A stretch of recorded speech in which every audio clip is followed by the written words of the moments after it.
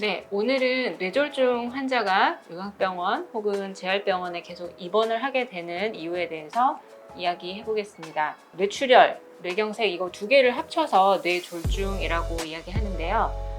종합병원에서 급성기 치료가 끝나면 이제 퇴원 이야기가 나오죠. 증상이 격리해서 집으로 바로 퇴원이 가능하면 정말 다행인데 증상이 심하거나 집에서 돌보기가 어려운 경우에는 어떻게 해야 될지 고민이 앞섭니다. 병원에 입원하면서까지 재활치료를 하는 이유를 한번 볼까요?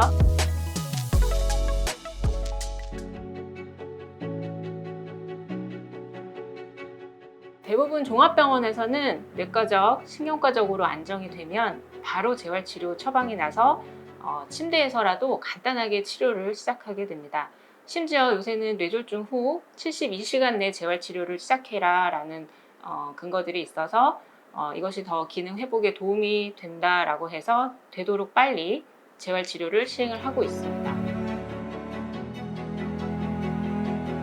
우리 뇌는 손상된 기능은 최대한 복구시키려고 하는 성질이 있습니다.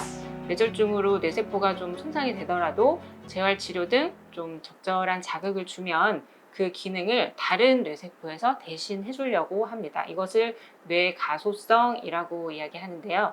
이러한 복구 기능은 진단 후 3개월까지 가장 활발하게 일어나다가 6개월까지 이렇게 회복되는 길을 만들게 됩니다.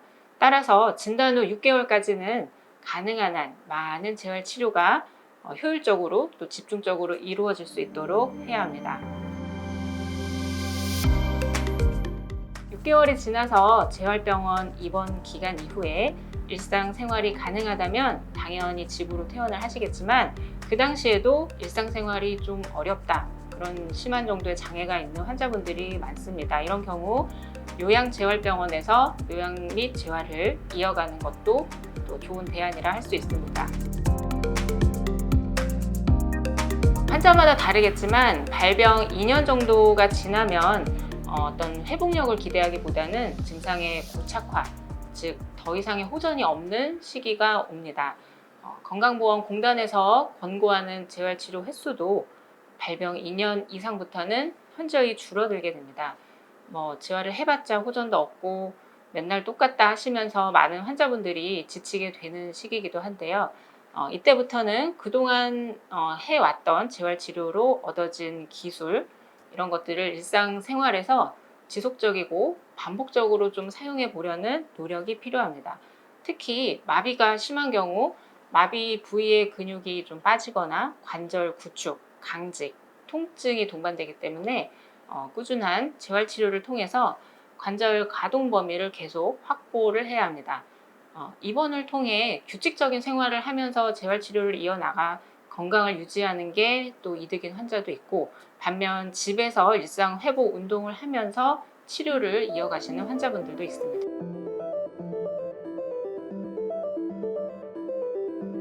재활병원은 내과적인 합병증이 좀 적고 재활치료가 주 목적인 환자에게 좋은 선택지가 될 수 있습니다. 치료 환경이 대부분은 잘 갖추어져 있어서 최소한 한 달이라도 경험을 해보시면서 일상생활에 대한 경험, 대비 이런 거를 하시는 것이 도움이 될 것 같습니다. 다만 입원 기간이 짧게는 3개월, 길게는 6개월로 좀 정해져 있어서 장기간 치료의 연속성을 가지고 하기에는 한계가 있습니다. 요양병원 역시 재활치료를 합니다. 저희 병원과 같이 요양재활병원이라고 보통 하는데요. 지병이 많아서 폐렴이나 당뇨 조절 등 뇌과적인 합병증이 자주 발생하는 환자인데 뇌졸중까지 와서 재활치료도 필요한 경우에는 집에서 케어하기가 굉장히 힘듭니다. 내과적인 관찰이 필수적이면서 재활치료를 병행해야 하는 경우 요양재활병원을 고려해 볼 수 있습니다. 막상 재활치료를 하러 왔는데 폐렴, 폐혈증, 호흡곤란, 뇌경색이 다시 재발한다.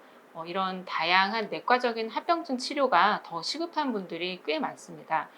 이런 경우는 내과적인 치료를 먼저 잘 해놓고 컨디션이 회복이 되면 그때 재활치료를 시작하게 됩니다. 그래서 이런 상황에 있는 환자들은 그 병원의 내과와 재활의과 선생님 두 분이 다 계시는지를 먼저 확인해 보시는 게 좋겠습니다. 또한 요한병원은 특수한 경우를 제외하고는 대부분 장기간 입원이 가능해서 연속성 있는 치료를 받으실 수 있습니다. 각 병원마다 특성, 장단점이 매우 다양하기 때문에 꼭 상담을 하셔서 확인을 하셔야 합니다.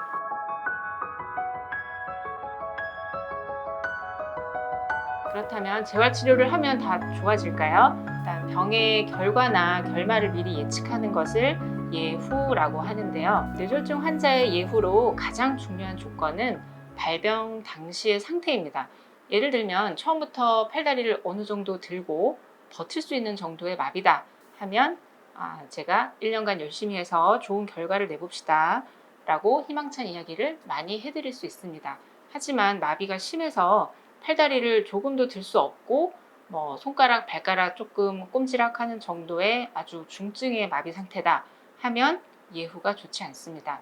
이 정도의 중증 환자는 보호자분들이 항상 묻습니다. 걸어서 화장실을 갈 수 있을까요?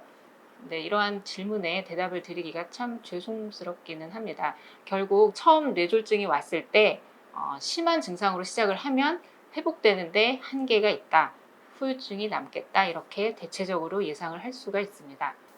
두 번째는 나이입니다. 아무래도 젊고 의지가 강하고 인지가 손상되지 않은 분들의 예후가 좋습니다. 세 번째는 동반된 질환 여부입니다. 마비는 심하지 않은데 치매 등으로 인해서 인지가 많이 저하돼서 치료의 순응도가 좀 떨어지거나 내과적인 다양한 문제가 발생을 하면 재활치료의 효과를 온전히 보기가 어려울 수 있습니다. 오늘은 뇌졸중에 대해서 알아봤습니다. 결론적으로 이야기한다면 재활치료를 한다고 모두 다 좋아지는 것은 아니지만 6개월 이내에 가장 많이 좋아지는 재활치료의 골든타임을 놓치면 나중에 굉장히 아쉬울 수 있으니 길게는 1년까지 열심히 재활치료를 해보시는 것을 권장합니다. 이러한 재활치료는 재활병원, 요양재활병원 다 가능하니 환자 상태에 맞게 선택을 하시면 되겠습니다. 지금까지 힐링닥터 김사부 김지혜 원장이었습니다.